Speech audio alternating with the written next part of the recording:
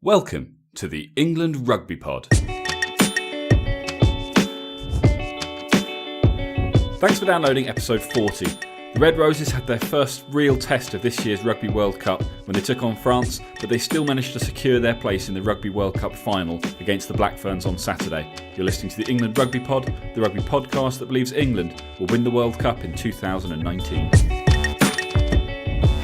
Hey guys, thanks for joining us again. I'm here as always with Dan. Hi mate.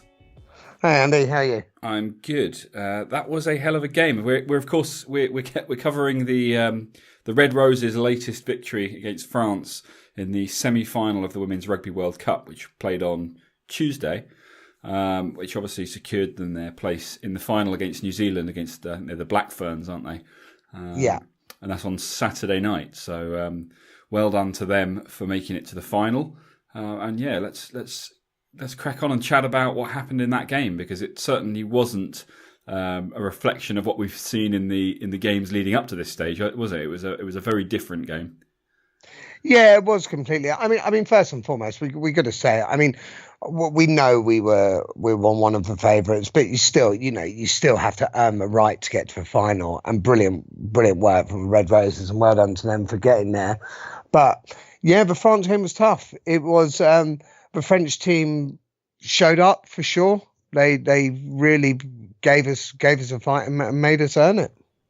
Yeah, well, I mean, the French, I think, a lot of people may not, they make the assumption that because the England team are the only professional side, or they are up to this point, the assumption is that they'll automatically beat everyone very convincingly. But actually, France have been a bit of a rival for some time for the ladies. Yeah. And the Six Nations every year is pretty much contested between those two sides, and England have had the better of them on the whole. But we don't want to take any credit away from France. I mean, they were aggressive. They were in England's face right from the start, and they put them under huge pressure. And it was amazing actually that England managed to hold them out for as long as they did, because for a long time in that game it looked like France needed to score. They deserved to score. They certainly deserved to have more points on the board at half time than they did. But credit to England's defence. Yeah, I think so. Overall, I'd say England deserved the match. They did deserve to win it. They were the better team. But the French, like you say, I mean, that match could have been very different.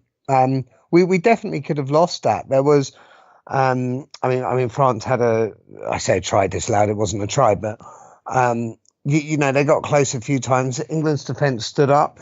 They were actually, which was a bit worrying. I mean, they really did make England defend hard, and England's defence was brilliant.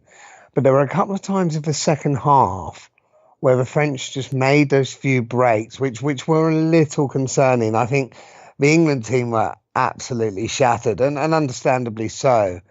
But New Zealand are going to be throwing everything they've got at us and the kitchen sink. So we just got to make sure that perhaps a couple of times when sort of we let the French get through and there are a couple of last minute tackles, we want to try and avoid that against the Black Ferns, because I think the Black Ferns, especially with the likes of Portia Woodman, could make us pay a heavier price than the French did.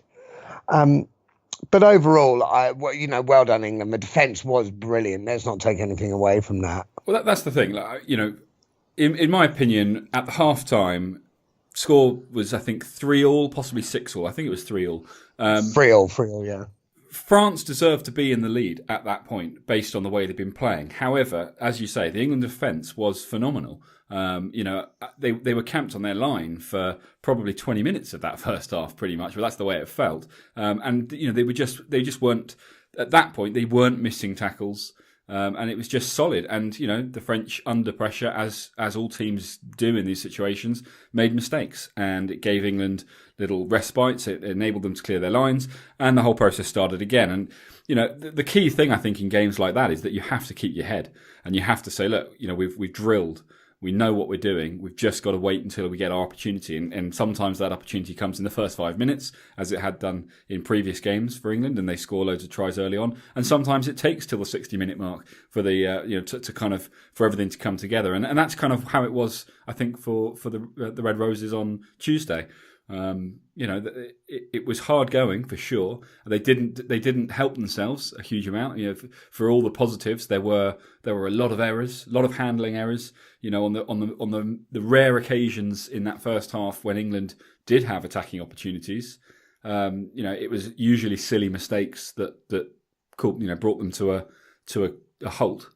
And those are the sorts of things that you have to get rid of for a World Cup final, regardless of who you're playing, but particularly, as you say, against the Black Ferns, who have been pretty dangerous over the past few weeks, as we have come to expect from any New Zealand side.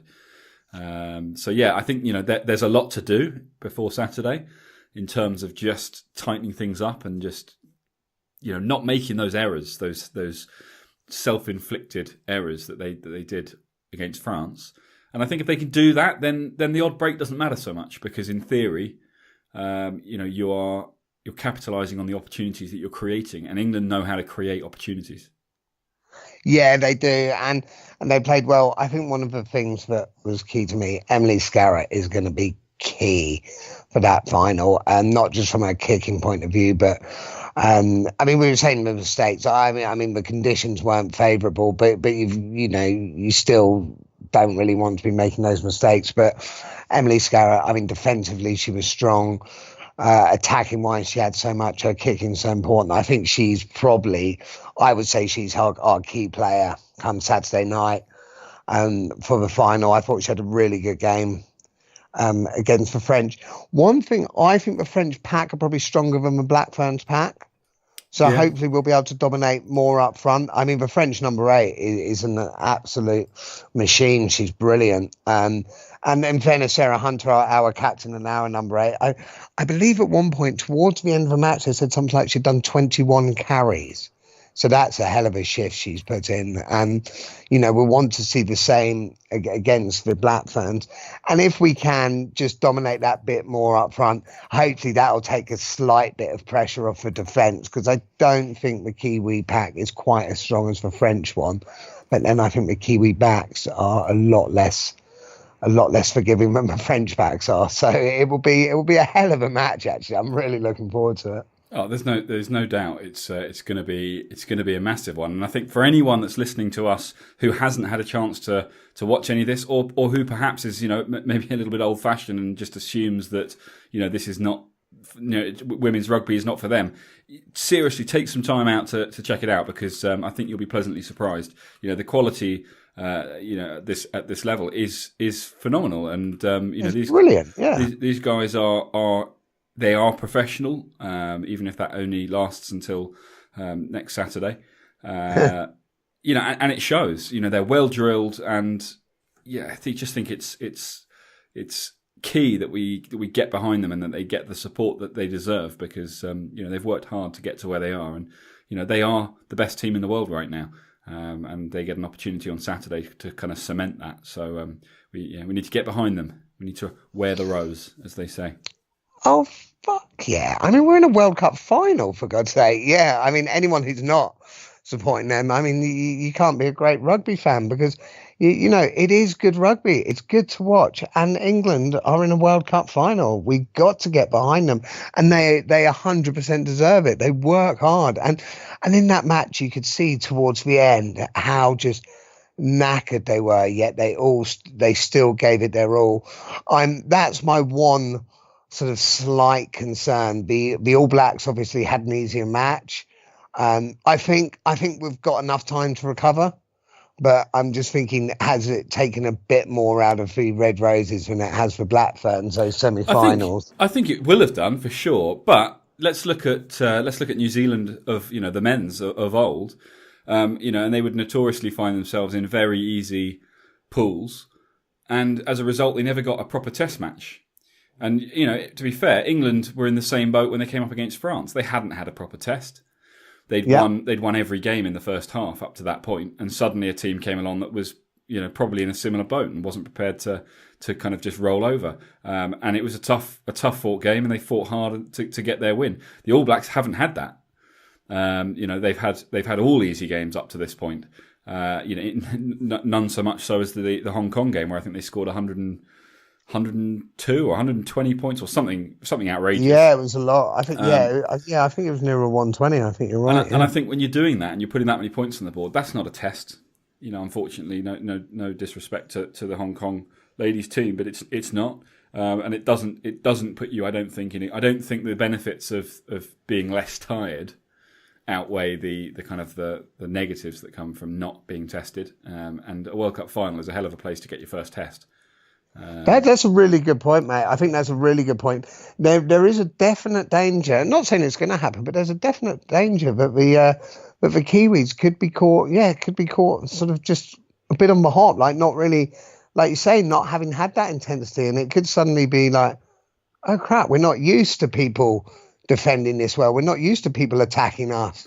And bringing this to us, it could catch them off guard. Exactly, and you talked about the importance of Emily Scarrett, but of course, let's not forget Katie McLean at fly half, who the way that she plays the game, the way that she spreads the ball, how flat she is, how attacking she is. I mean, some of the passes she was making, I was kind of like, almost kind of going, what are you doing? That's interception written all over it, and every time she would find hands, she would find hands where there was a gap. It was impressive.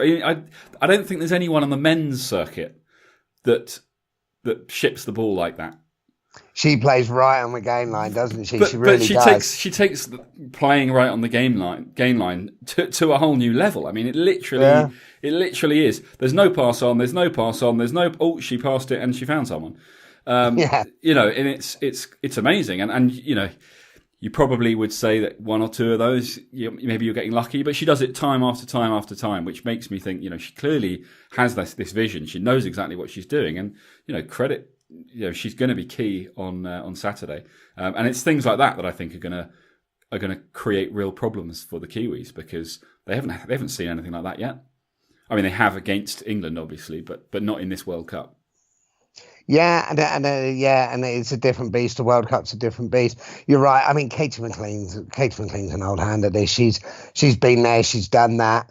It's not going to faze her. This occasion isn't going to faze her. She's going to play her game. And you're right. She's key. There's a lot of sort of really important parts, I think, for our team. Our front row, I think, all tournament have been absolutely epic. I really do.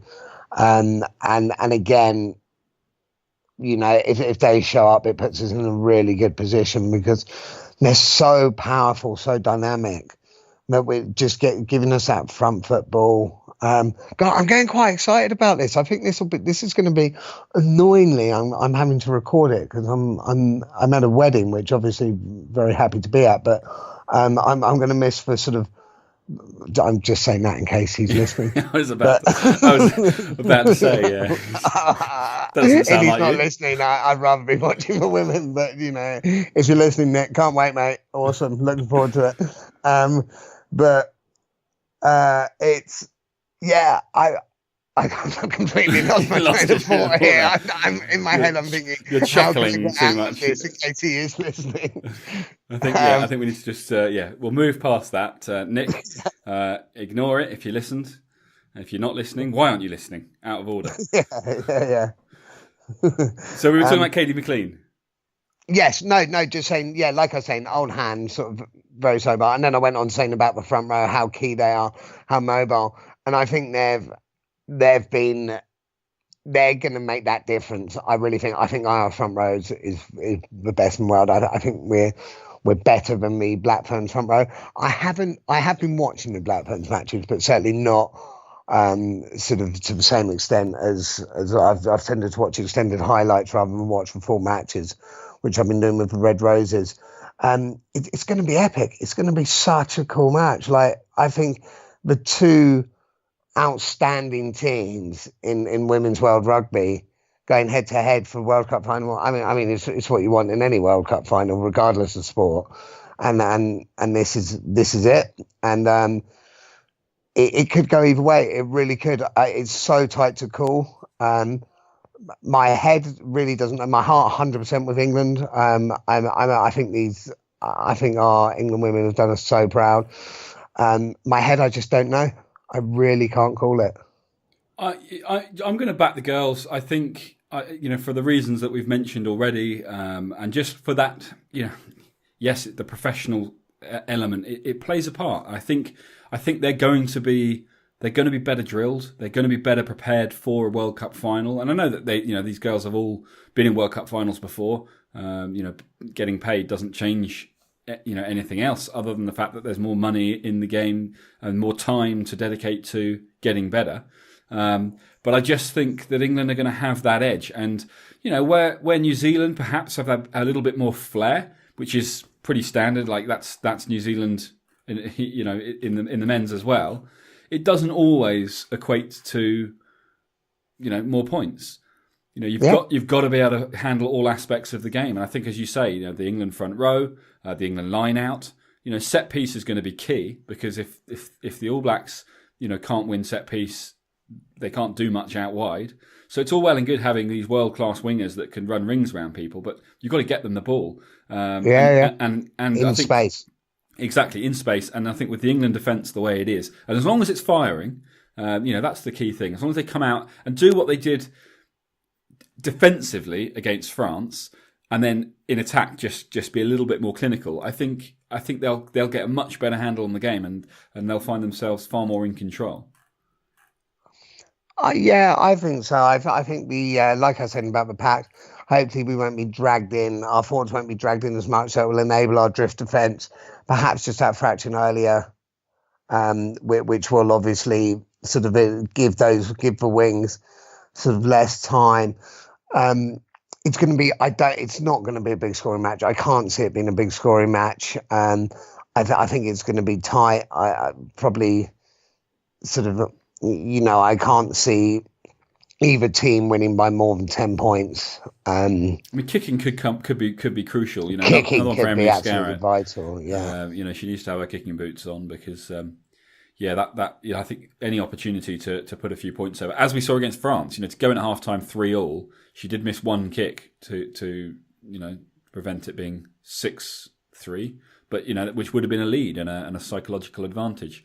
I think you've got to be kicking your kicks, and there are ones that are pretty tough, and maybe you're not expected to get them. But if you're in front of the posts and if you're within your range, you've got to be hitting them well, which she did against France for the most part. So hopefully more of the same, please. I actually ran a Twitter poll before the France game, just asking who'll win the 2017 Women's Rugby World Cup, and 67% said Red Roses. 25% Black Ferns and 8% France. Well, 8% obviously you were wrong. Always going to be. Sorry about that. But yeah, 67% Red Roses. Good, strong. We're probably biased. Our followers are probably mostly English supporters. But yeah, I feel maybe not quite by that margin, but I feel like the girls have got the edge on the Black Ferns. So I'm backing them all the way. Yeah. Oh God, yeah. And whatever happens Saturday, that they've been brilliant. But it's one more game, girls, and I believe in you, and as do sort of thousands of people out there believe in you as well. They've really shown not just how quality they are from a sort of tactical, from a sort of just natural ability perspective, but also, when they need to dig deep, they do dig deep. When they need to grind out results, when they need to work hard, they do it. And it's really what sort of England rugby is all about at the moment. Like the men under Eddie Jones and things like none of this sort of preconceived bullshit about what they are. Really having to earn the results, having to earn the top, having to earn the road, and the England women do it as well as, if not better than the England men are doing it as well. So Saturday is sort of, that's it. Can they convert that and get that well earned and well deserved World Cup? Should they win it? I mean, that's what our pod's about, right? We believe England will win the Rugby World Cup. Well, I think we believe we're going to win it in 2017 and 2019. Absolutely. If England do win on Saturday, I mean, it shouldn't matter whether they win or not. But if they do win, are the RFU under a lot of pressure to reconsider, renewing their professional contracts? I hope so. I think it does make it a lot harder for them, doesn't it? Like I don't know how it works. I don't know if it's like it's too late. It's done. It's been decided. Nothing's going to happen this year. Go away for a year and maybe things will change next year, or whether it can be turned around. I mean, the RFU are not exactly. It's not the first time that they've just made total brain fart decisions. I know we keep talking about it, but I think it's such a relevant point with regards to women's rugby, and it sends an incredibly poor message to the grassroots. So I just think if a team can go and win the World Cup, they're already the best team in the world. They're already the world champions and number one ranked team in the world, which should be enough. But if they go and win the World Cup as well, just to cement that, it's got to send a message, right? Do you know what? I need to look more into this because I don't understand. So I know in theory the justification is we're going to focus on the sevens with the Commonwealth Games coming up in 2019 and things. But to me, that's not a justification. No. That doesn't justify why you don't. It's the richest RFU in the world. Yeah. It can afford to £400 do both. million in profit last year. Yeah. So that's profit. That's not how much I made. That I don't get it. We've covered this a lot. Let's not worry. But I think I can't see a scenario where they change their mind. Maybe they will. I think the truth is I need to read into it more and understand more why they've done this, because at the moment their arguments for doing it are absolutely baffling me. So there must be something I'm missing. If there's not something I'm missing, just grow up and give them the money. Exactly. And on that note, I think let's draw an end to this episode. We've got a big day on Saturday. The girls have got a mammoth job ahead of them, but one I believe they can do. I think they can surmount the All Blacks, and I think they can raise is it the Webb Ellis Trophy for the women? I'm not sure. I guess it can't be. I don't know what. No, I'm not sure what it's called, but I don't know what their cup is. But whatever it is, they shall raise it. We look forward to seeing that game, and of course bringing you all of the highlights of that game over the weekend at some point, probably Sunday afternoon. So keep an eye out for that. Thanks obviously for listening, guys. We obviously appreciate the support as always. If you get the opportunity, please head over to iTunes. Download obviously more episodes, past episodes if you've missed any. Subscribe so you never miss any future ones. And please rate us, review us. Let us know what you think because it really helps us get noticed, which is what we want to do. Also, get in touch with us.